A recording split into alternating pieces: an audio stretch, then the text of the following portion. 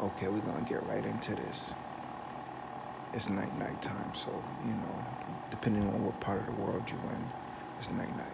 But I got these two people at the job that, unlike jokesters, always want to talk about people and start trouble. But it was starting to seem like it could get physical because it was always two of them and one of me. So every day it would just aggravate me, and I'm just like, man, I could really do without these cats just starting trouble with me continuously. Like, I wear knee pads because we in construction. And they're like, what you got the knee pads on? You don't do no work. And they always say this stuff in front of my supervisor. Like trying to get my supervisor to think that I'm a bad worker. So, and we have different leads. When we get in front of different leads, they would always say something. One time, one of them got crazy, and he was like, I'm tired of working with you. You just don't know what you're doing. And I'm like, man. So I looked at him. I said, I cursed him out. I said, if you want to fight, let's go. I cursed him out. And so we ain't speak the rest of the day. And I told his boy, I said, yo, look, tell that boy to stay away from me, because it could be on site, because that's how mad I was. And then I said this. I said, yo, why don't you drop down and do, I said, yo, since I'm a bad worker and I can't physically do this, let's see who could do the most push-ups. And he was like, man, I don't do no push-ups. I said, exactly then. Keep my name out your mouth. But I was just so furious. But that way don't work, because I used to go home and I'm still thinking about it, mad. And then I'm waking up the next day thinking about it, mad. So now I'm on my way back to work, mad. So it don't work. What does work is this right here.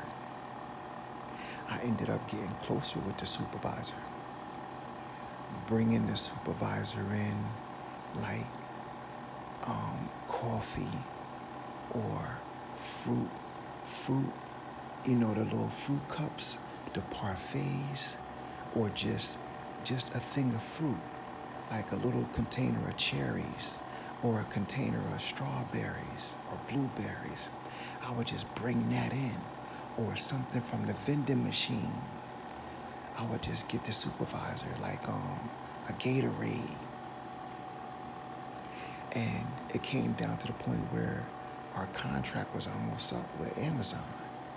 And next thing you know, I gave the supervisor a Gatorade and I believe some peanuts from the machine. I was like, this is for you. Like, wow, that was thoughtful. So I ended up working the last day. I stayed there until there was no more work to be done.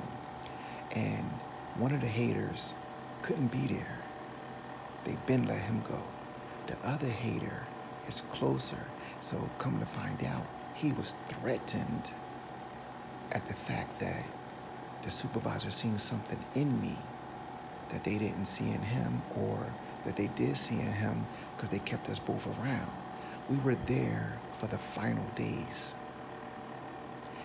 So when you got those people at your job that hate on you, and you feel it in your spirit, you know they hating on you. You know they talking about you. You know y'all don't get along. Everybody got somebody at the job that they don't like, that they don't get along with. So when this happens, if you follow this manuscript, just bring the supervisor in something. Bring the person in charge in something. And, you are going to watch something miraculous happen, because they're telling the supervisor things about you that's not true. And when the supervisor doesn't see you reacting or defending yourself, sometimes they be inclined to think that it's true, and maybe that they should replace you. So I'm telling you, when you go out, Just be like, oh, I went out and I got me some lunch. So if you want this, it's here. If you don't want it, I will eat it. Just tell the supervisor like that. I just got me something and got you something extra. You know what I'm saying? It's kind of like now you're giving a person a reason to talk about you. Oh, he brown nosing. He trying to look what he doing. Ah, yeah. But guess what? Don't worry about it. Because you're going to be the one getting the hours. You're going to be the ones that get picked for projects. You're going to be the one that the supervisor is starting to call on to do certain things.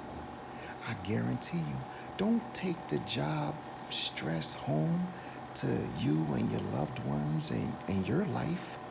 No. When you walk out that job, wipe your feet off. Soon as you leave the job door, wipe your feet off like you're walking in your house. Wipe your feet off, leave that energy there. I'm telling you, you start doing things for your supervisor, watch how the pendulum turns. Watch. Peace and blessings.